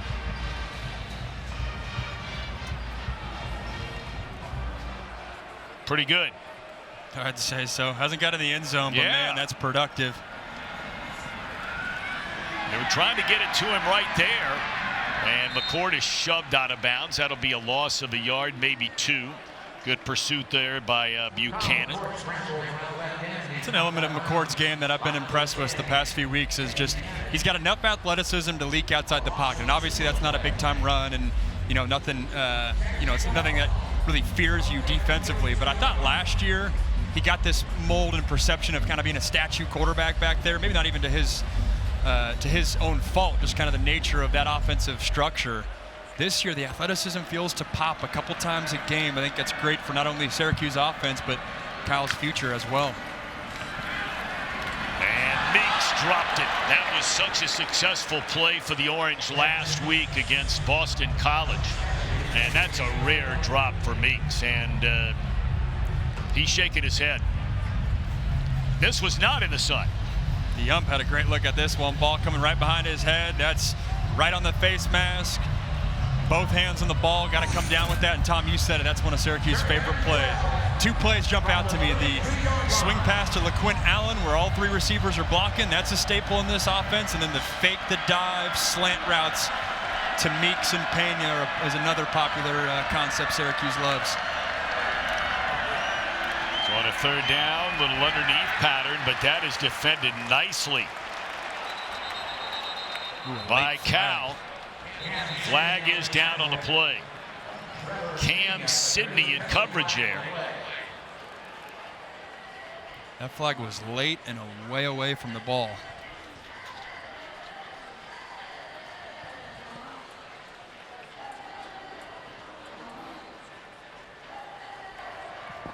Offensive pass interference, number 19 was blocking downfield during the pass that went beyond the line of scrimmage. 15-yard penalty. Replay 3rd down. They're already bowl eligible. Cal needing a win to become the 9th team in the ACC with 6 or more wins. Bowl eligibility this season. Flag comes down as McCord escapes a would-be tackler. But it was 3rd and 27. And I would imagine if this is against, and it is against the offense, do you back them up and replay a 3rd down or just decline the penalty? Because they're not going to go for it on 4th down at the 42-yard line. It'd be 4th down and 22. You have Justin Wilcox chatting with him. It's not insignificant. One, if you punt from where you're at now, you can pin him easily. If you were to accept it and trust your defense, might not be as easy of a pin. Holding offense, number 79. Penalties declined. Yeah, they're going to decline. 4th down. As we thought they would. And they're going to get here, the left tackle. David Wollabaugh. Kyle's, again, his athleticism leaking out, escaped the rushers. And Justin Wilcox is going to accept the penalty. 4th down, punting, and we'll see if Syracuse can pin him deep. First punt of the day by Jack Stonehouse, who's having a great year for Syracuse. He has 25 punts. And trying to make it a 9th inside. Oh, it just does cross the goal line, and that'll be a touchback. Well, coming up Wednesday inside the NFL here on CW. Our pros take a look ahead at this weekend's games, plus Coach Belichick's game plan and Chad Johnson's predictions. You don't want to miss that inside the NFL. Wednesday, 9 Eastern, 8 Central, only on the CW. 2 of the all-time coaching greats, pro level and college level. Both not on the sidelines this year. And look out, here's up to the races. Does he have enough to go of the distance? He is tripped up inside the 30 of the 28-yard line. And now Cal with some hope. Grant was able to cut him off with a good angle. And they're going to get the safety coming on a bad angle down into the box.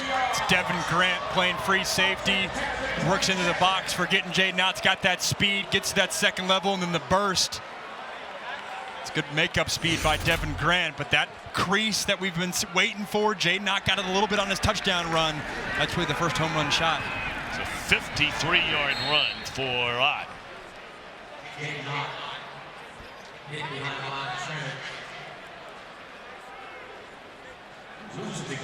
He's a special back. We talked about it in the first quarter. Was first team All Pac-12 last year. Coming into this season with high hopes. Really has been Cal's starting running back since he was a true freshman. Does it all too. Forget how big he is, 210 pounds. Great out of the backfield, and then got the speed as well. Mendoza can run it. And he lunges forward close to the 25-yard line. It'll bring up a third down. That was a design quarterback run right there, quarterback draw. Mendoza's legs, not something you always talk about, but his straight ahead speed combined with his size, he's been a weapon in the quarterback run game a little bit more these past couple weeks. Seeing there, started slow, especially the interception, settled in second and third quarter. Oh, he had an eye on Ott out of the backfield, but I mean, that was step-for-step coverage down there. That had virtually no chance of completion. They've had all those injuries in the Syracuse secondary, losing Barnes for the year. Jaden Bellamy is out today. We see Kerr with an interception. So now this is going to be Ryan Coe from 44 yards out. They let Morris try a 44-yarder earlier, and he couldn't get it there. And this has more than enough for Coe. He hit 2 from 54 last week. Boy, it makes you wonder, why didn't he count it? On one side, you can sneak around Mount Tam and Stinson Beach. On the other side, you can slide into the little town of Sausalito. Kick back through the end zone, and let's kick it to our little studio down the road with Mike Yam.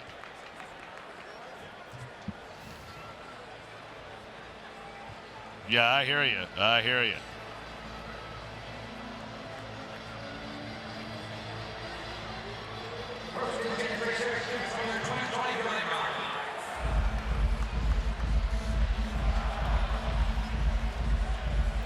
Well, Bill O'Brien's team with a new quarterback. First start, as you just mentioned, since the transferring of Thomas Castellanos, trying to pull off really the shocker in college football today. All right, so now we're down to a 13-point game. And we're under 13 minutes to go. First down, it's LeQuint Allen. Allen closing in on a 100-yard rushing day. We saw him get his only 100-yard rushing game 2 weeks ago, 121 against Virginia Tech. And this is the type of drive, up 2 scores, 12 minutes left in the fourth quarter. Yes, the passing identity is great for Syracuse, but man, you'd love an 8, 10, 12-play drive, bleed some of that clock off, try to put this game away.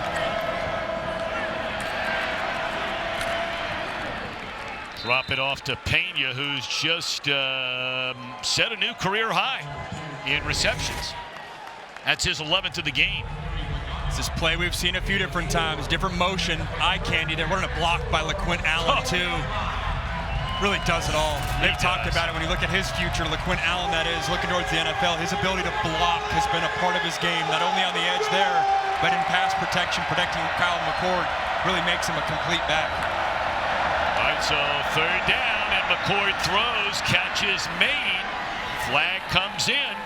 At the end of the play, it's short of a first down on the completion to Ross Simmons. But again, we wait on the penalty. If this is against Cal, this is a huge call. Because you're starting to get to a point now, you know you need the ball a couple of times. Down by 13. Well, there's been a lot of this going on today where the officials are They want to make sure they've got everything the right way here. How many times have we seen that shot today? A lot about like where's the spot of the ball. It feels like they're always looking at the sideline yard marker.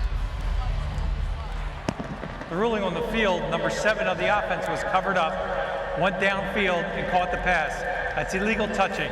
That's a 5-yard penalty from the line of scrimmage. Loss of down, 4th down. Okay, so that's a big penalty right there against Syracuse. I mean, they were going to have to punt anyway. You're going to see 7 in the slot. They're saying he's covered up they're saying the receiver on the bottom of the screen, Justice Ross Simmons, was covering him up. They looked on different levels. Whenever you're a receiver, you have to check with that line judge to make sure you're off the football. Right there, they're saying Ross Simmons was not, and they're flagging Syracuse. Mikey Matthews standing back at his own 30, waiting on what now is back-to-back punts by Stonehouse. Low line drive, and he punts it out of bounds, and this is going to be good field position. This game not over yet. This is CW Football Saturday, presented by Verizon. All right, Cal with the football.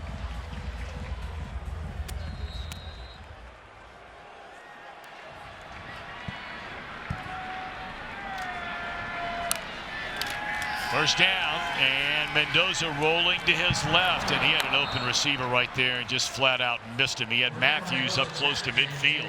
You know, you got a quick glimpse here of what is called, believe it or not, it's the real name of the hill that sits at the east of this stadium. It's called Tightwad Hill. Rises steeply, about 100 feet above the east rim of the stadium.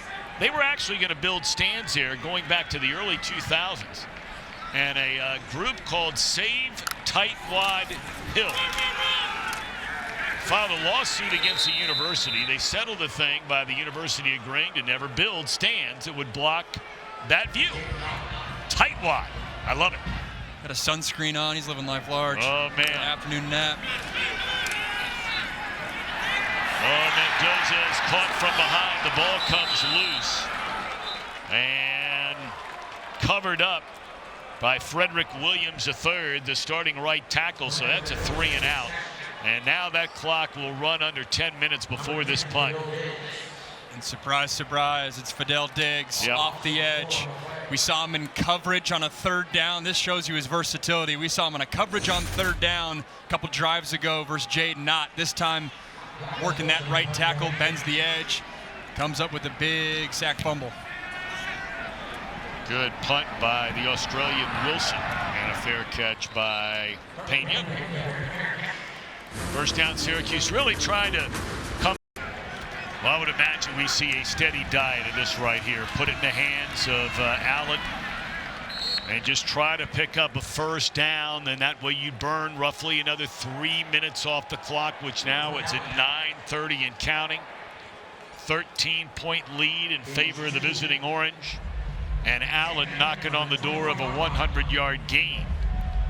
He has 18 carries, 92 yards, 2 more touchdowns. That's 3 games in a row where LeQuint Allen has 2 or more touchdowns. 4th time he's done that this year, 3 times in a row. And he's wrapping that football up tightly, isn't he? This drive started at the 22. Now they've got it at the 28. So a 3rd down. We blink and already do a 3rd down. Cal putting in their nickel package, taking defensive linemen off the field. Let's watch that play clock. I mean, they still have 11 seconds left, and if McCord's going to make sure he's going to change the play. It's a light box, only 4.5, 5 guys there. They're going to throw it. Looked at Allen, and they check it down to Pena, and he is very close to a first down. I think he got there. And that is officially his 11th catch of the game. The last one they ruled it was a rushing play. So that's a career high for him and a first down, a big one for the Orange. You talk about the trust, too. Not only to have Kyle McCord change the play on a crucial third down as the play clock's rolling down, but you're working a little wheel route to your running back, and then Pena acts like he's going on a drive and then puts his foot in the ground and then works back to the sideline. Having a day in terms of the completions, but you can just tell that him and Kyle McCord are just on the same page, the second effort to pick up the first down. Allen again, and that'll push him very close to the 100-yard mark. He needed to get 4, and I think he got better than that. Yep, he did. 102 rushing yards now for Allen. His second 100-yard rushing game over the last 3 weeks. Head coaches and offensive coordinators pride themselves on this scenario. It's called a 4-minute drive. Can you take time off the clock as Fran Brown tries to establish the identity of this program? Can you wear out a team, keep it on the ground, and just drain the clock? Second down and 4 after the 6-yard pickup. Oh, that's a dangerous throw there. My, oh my. That was almost the 8th interception of this season by Noel Williams, and that would have been an easy touchdown. It would have been another pick 6 for him, too. That is not the man you want to test on the outside edge. One-on-one, yes. You've had success with that quick out earlier on in the game, but that dude right there is an All-American candidate. You intercept that, it goes the other way. This could have been a one-score ball game in a hurry.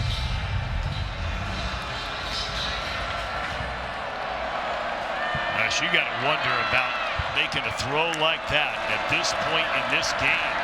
And this time it's Allen out of the backfield. He leaps a defender and crosses the 50. Oh, what a day again for LeQuint Allen Jr. Look at this. They're swinging it to him. I thought Jackson Meeks got away with maybe a hold on Noah Williams. Look at that. The hurdle. We knew he was explosive. We know he's a weapon. We didn't know he had hops like that. Well, you know, he's got another year of eligibility. And, you know, it'll be interesting because he is such a weapon as a receiver. And you talked about how well he's been blocking. We know he's an excellent running back. He's the perfect running back for this scheme. But obviously it'll look a lot different next year with no Kyle McCord. This is an offense that, hey, it's playing to the strengths of Kyle McCord. They're going to allow him to throw the ball, like we've talked about, 30 completions a game. Interesting to see, looking ahead to next year, what the identity of this offense looks like when naturally you'll probably be a bit more balanced. Well, you know, McCord, it's such a shame. You know, his first year at Ohio State, 2 years he was a backup to C.J. Stroud. And that was a year where Ohio State had 2 quarterbacks that had transferred, or 1 quarterback that had transferred, another that was hurt at the time. And then Stroud got hurt, as there's a carry on second down. McCord had to start a game. He was a Big Ten Conference quarterback of the week. But then he had to end up playing in a total of 5 games that year. And they were all in mop-up duty. But, you know, they get Stroud out of the game. We've all seen those games 1,000 times. You're blowing somebody out. It's just a shame a guy like him can't apply for another year of eligibility. Because the next 2 years, you know, he played in 7 games. Then last year was a starter. Penalty flag all over the place. Great throw and catch inside the 35 because, you know, I don't know if McCord's a pro or not. I know if he had another year as a starter in college, that would enhance his chances of getting even better. And what you're referring to is the new redshirt rule. Offense, number 17. And penalties decline. Result of the plays accepted. First down. And the new redshirt rule allowing you to play in 4. But again, fringe guys. You saw it last year with Cam Ward. Projected to be a 3rd or 4th rounder. Comes back to school, gets the NIL money, and then you raise your draft stock later on and potentially get even more money on the back end. Which does not apply to McCord because he has to go, obviously. Yep. Coming up Tuesday on NXT, catch a special CW Sports Saturday. It's a Pac-12 mixed tag team match. How about that? Trepovich Adonis representing Washington and State. V. Lennox and Reese representing the Beavers. Don't miss WWE NXT Tuesday 8 Eastern, 7 Central. And that's 5 Pacific right here on the CW. Clock just tick, tick, tick, tick, tick. Now stopped on the time. Recruiting. Last year, 24/7 Sports named him the #1 recruiter in the country. So you know that he's going to attack the transfer portal, get even more talent. Again, it'll be interesting to see what they do quarterback-wise. Fran Brown and offensive coordinator Jeff Nixon had a relationship with Kyle McCord before he got to Syracuse. Jeff Nixon's son grew up with Kyle McCord, so there was some familiarity there. Obviously fortunate when you're trying to get a quarterback like that in the portal. There's that slant. We talked about what an important play that is in this scheme to Jackson Meeks, and he makes a catch, another first down, and basically this one put on ice. We'll look at it again from the ace ump cam. We saw Meeks drop this football a couple drives ago. This time it's a little bit behind him. Bobbles it the first time, comes down with it. It's a great possession receiver for this offense. You get Pena that works some of the one-on-one matchups, and when you need third down conversions. We talked about Justice Ross Simmons in the breakout game a couple weeks ago, but Jackson Meeks has been their steady guy, winning those matchups on the outside. He has the second most receptions on this team, but for the most receiving yards. Allen, who's had a 100-yard plus rushing day inside the 15 day.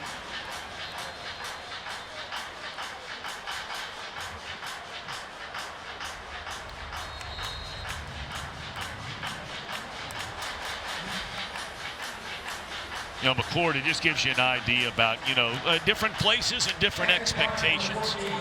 You know, you go to a Notre Dame, you go to a Georgia, you go to Alabama, you go to Ohio State in his case, and there are others. As he fires, and that is a touchdown to Jackson. Or did it come loose? It is a touchdown to Jackson Meeks. Boy, I mean, this guy has just taken off Meeks. Very slow start to the year, but in the last 7 games, he now has 53 receptions. Man, we've seen this picture before from the ace ump cam. It's a slant route. You'd think. Let's take a look. See the slant catch there. To me, that's not secure. Then that ball's still moving, still moving, still moving. To me, that's not secured at any point. When you saw the Cal players initially saying, no, no, no, not a touchdown. Looks like when Noel Williams comes in with the swipe with Noel's left hand, that ball comes dislodged. This right here is the best look. Williams' left hand comes in, ball's still moving, tries to secure it there, but that ball is still moving. To me, that's a drop. The ground can't help you make the catch. I think that's where he got the wind knocked out of him too. Hopefully that's what it was. Yep. And by the way, with the completions in the game today by McCord, this one notwithstanding, he has set the all-time single-season record for completions by a Syracuse quarterback. Season game of the year to Michigan. That was the only loss McCord had in his only year as a starter. He threw 24 touchdowns and only 6 interceptions. Hit on 65% of his passes. After further review, it's an incomplete pass. It's third down at the 14-yard line. And you know, there's been no ill will or hard feelings by anybody. Basically, Kyle went in with his dad to meet with Ohio State coach Ryan Day. Wanted to know, hey, look, am I going to be the starter coming back next year? And Ryan Day just told him point blank, there are going to be other guys that compete for this job. He had to beat out Devin Brown last year going into the year. And they were going to be active in the portal, and they wound up signing Will Howard. Might not be bad blood, but I definitely think there was a chip on Kyle McCord's shoulder coming to Syracuse saying, hey, I felt like I did enough to be named the guy in the offseason at Ohio State. You don't think so? All right, I'll show you. And he's certainly channeled that for some good motivation this year. Now he's throwing it to the back shoulder. Thought it was going to be to the back shoulder of Pena. It was not incomplete. They're still trying to score here and to put this thing officially out of reach. And now it'll be the field goal unit to make it a 33-17 game. Fran Brown's hoping for a shower this afternoon. He'll need it. Get a win, you've earned your soap. You get a loss, no soap, and that's a long flight back. Jackson Kennedy's been good today, and he's still good today. Right down the middle to make it a 33-17 game. Mike Yam and company. Michael Bumpus in our studio.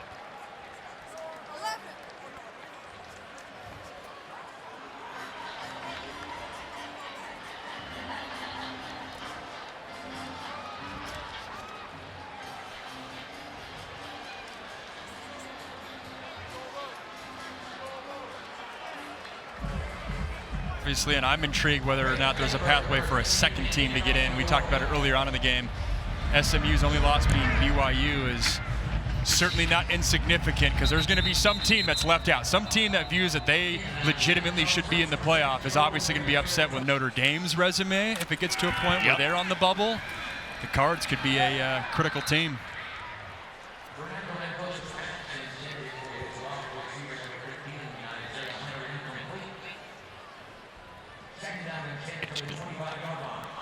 Mindset here for Cal, down 16. Can you get 2 touchdowns and 2 two-point conversions? Still a 2-possession game.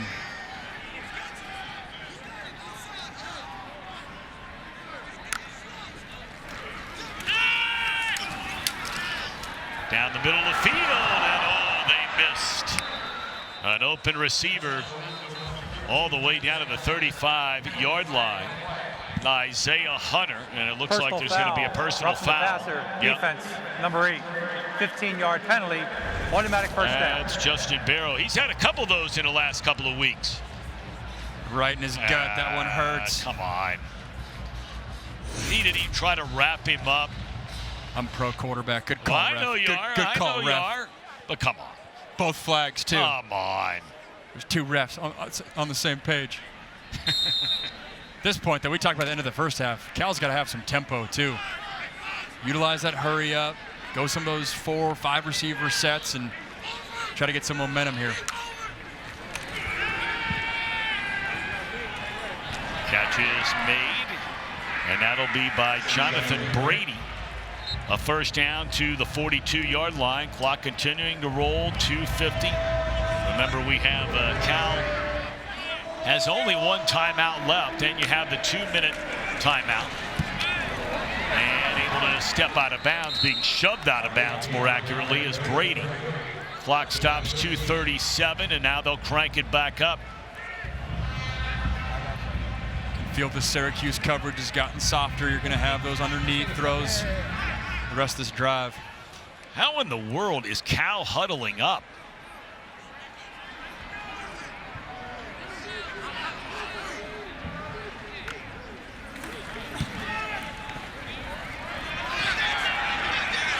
Mendoza is dropped. That's Rashard Perry getting his 2nd sack of the year. And that's the last thing that can happen if you're a quarterback. Can't take sacks, got to get the ball to your hand. 2-minute timeout. CW Football Saturday. Explosive playmaker for the Orange. Mendoza throws, hit as he throws, and in the back corner of the end zone, incomplete. Penalty flag comes down. This might be another personal foul, a late hit on the quarterback. Boy, and if you're Fran Brown, you have got to lose your mind seeing 2 of those. Mendoza pulls up. That was almost the throw of the year, too, putting that on a dime in the back pylon while taking the hit from 2 defenders. But you said it, 2 personal fouls this drive, keeping the Cal Bears' hopes alive. If indeed that's what it is.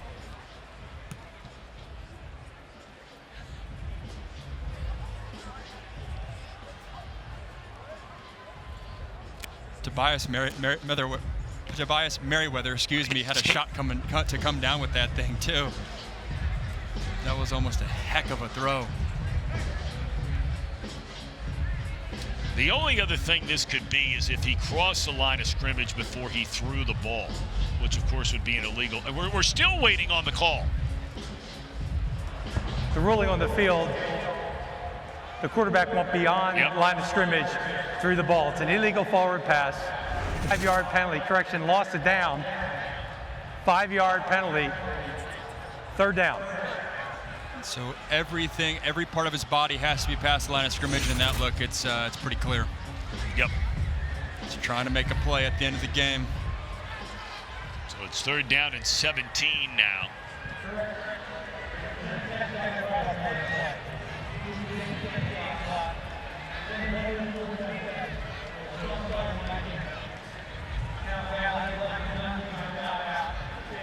So they're going to run off 10 seconds because of the penalty against the offense here. So they're going to wait, they'll let the clock run. No, they just reset it and go ahead and snap it. They got it down to 151 to 141, and then the clock starts up. Crossing pattern and a catch is made by Dyches.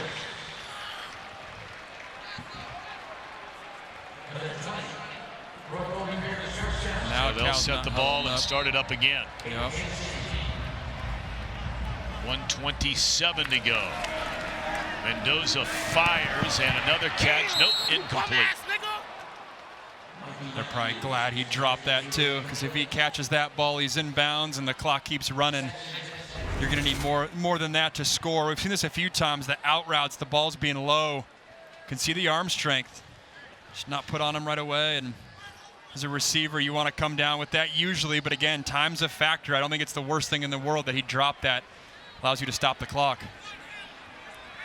You know, we were talking about whether the ACC, and of course, we got 2 weeks left in the regular season, so a lot of strange things can happen.